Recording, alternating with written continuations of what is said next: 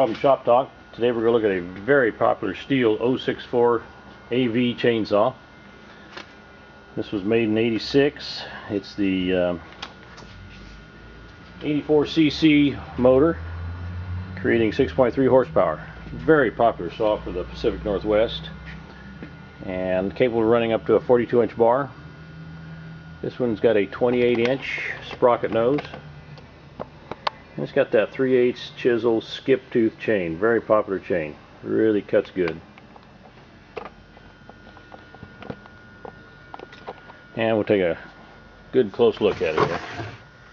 Got the heavy duty filter system.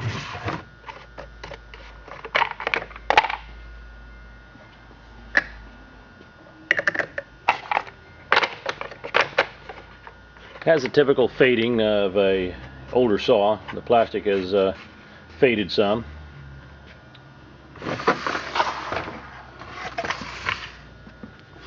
Does have the factory dual port muffler, which is a port on the side right there. See if you can see it here.